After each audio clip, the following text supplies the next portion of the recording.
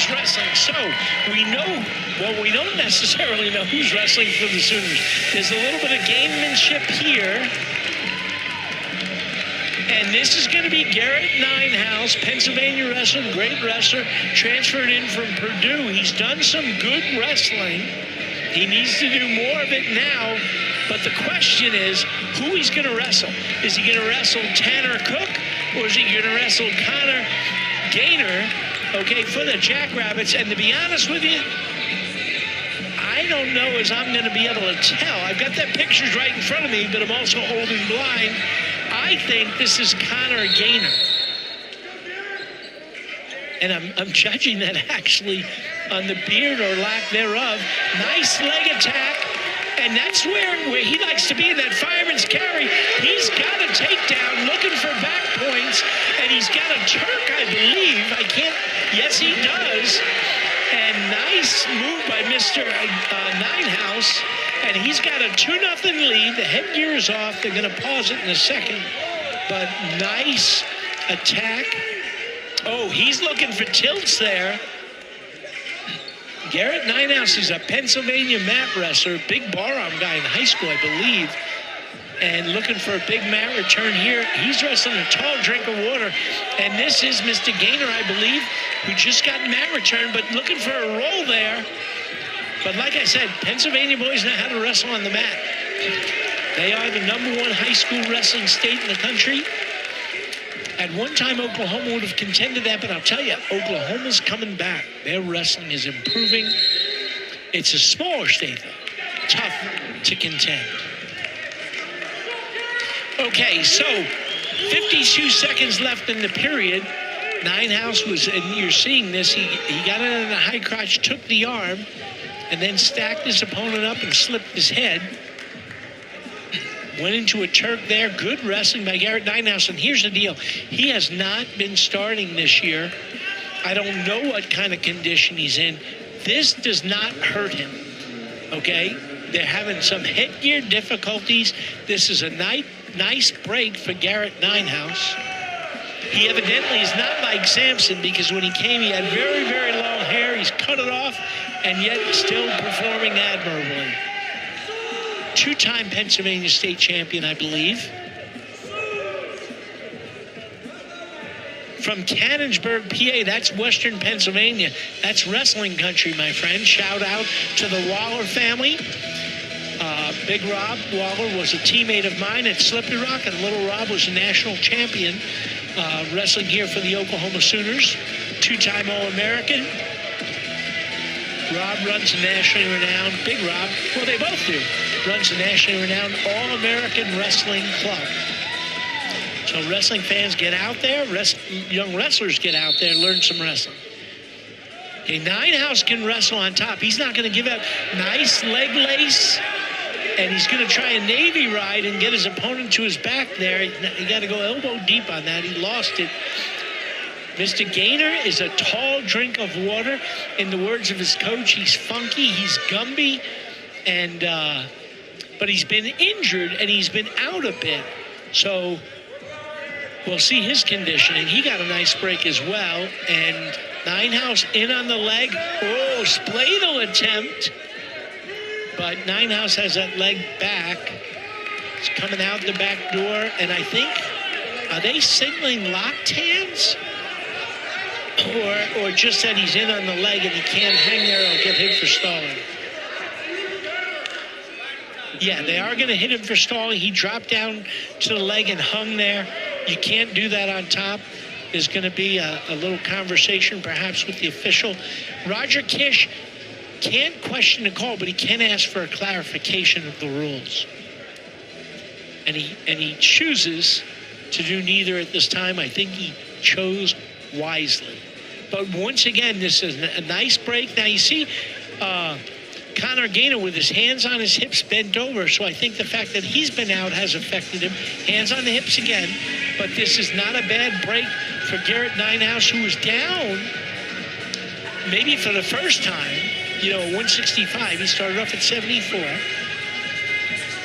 And in the lineup as a starter. Now, The Sooners have had a great performance by Cale Carlson, their own Cale Carlson. He has been the starter, but he's got some injuries which really hamper him.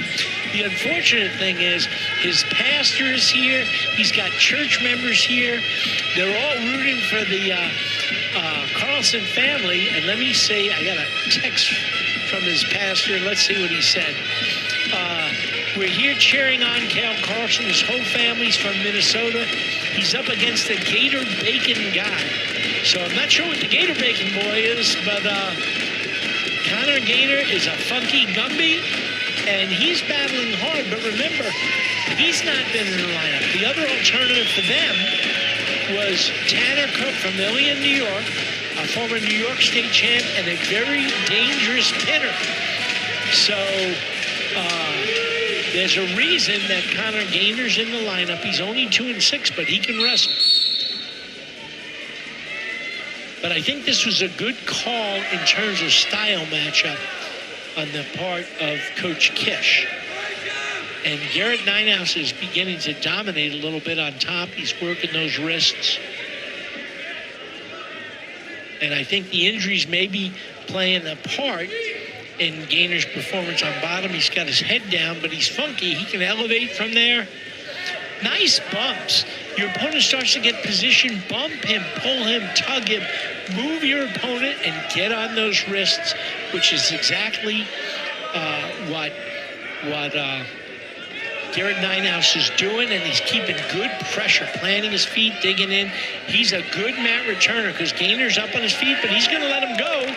And that's not a good let go. There was only 17 seconds, now 12 seconds to go.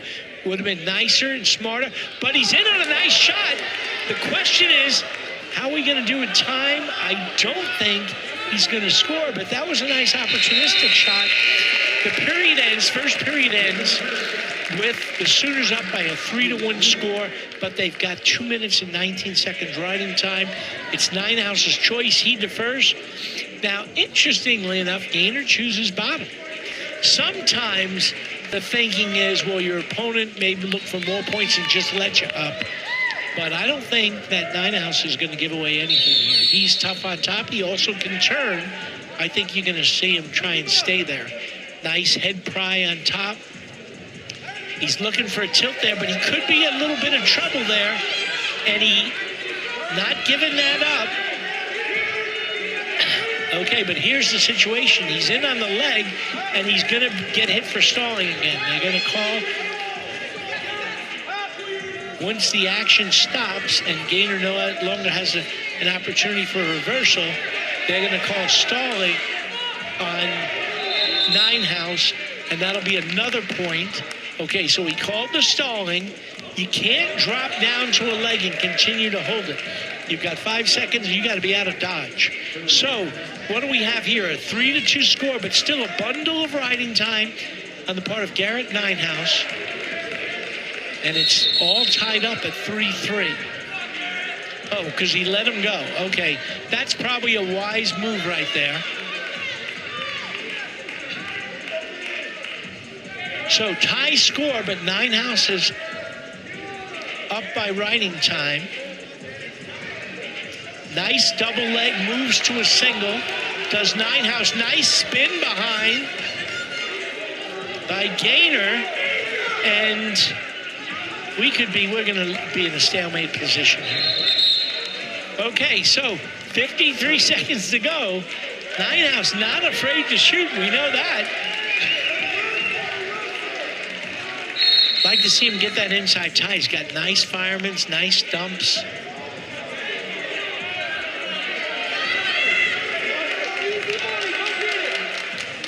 Now it's going to be Nijenhuis, I believe. Okay, there's a stalling call on South Dakota State. He has not done a bundle of shooting. It's Nijenhuis that's doing the shooting. Head on the outside. Could be in trouble here. His opponent has his leg. Let's see what happens. Again, coming out the back door for Nijenhuis. Let's see, 22 seconds to go.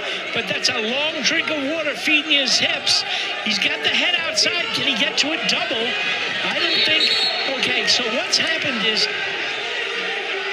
and I'm not sure what they're calling. He had his opponent's toe. but I think they're going to call a stalemate there. 13 seconds ago, just be alert. Both men are alert. Nothing's going to happen here.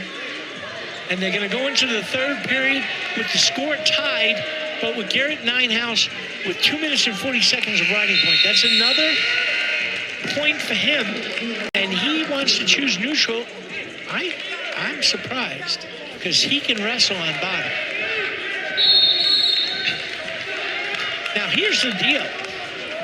Gaynor's not done a lot of shooting, but he's got to come to Nijenhuis. As long as Nijenhuis is in the center there and is staying active. Now, of course, a takedown might seal it. He's in on that shot, but once again, you got to get an angle. You can't shoot and sit with that, because that's a tall drink of water who's got some funk.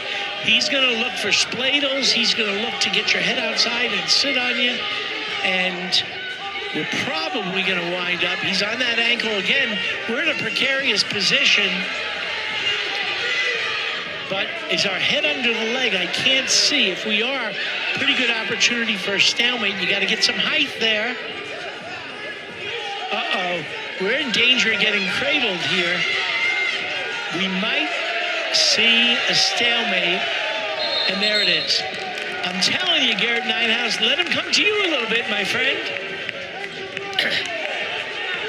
Let him come to you. Do some stutters. Keep him off balance. Let him come to you. Take a re-attack or a defensive go behind. Oh, nice heel pick. Nice throw to the elbow by. It looks like he's behind. And he is behind. And there's two takedowns. His opponent shot. He went behind. And we've got a 6-3, essentially a 7-3 lead, because there's no way he's losing his riding time. Now, you don't want to get in a position where you're dropping down on the leg. Let him go if you have to. Okay? Now, they're on the edge. He circles back in. Now, stay there. Stay there. Ooh. Watch the pancake. Stay in bounds. Let the referee stop it and tell you got to come in.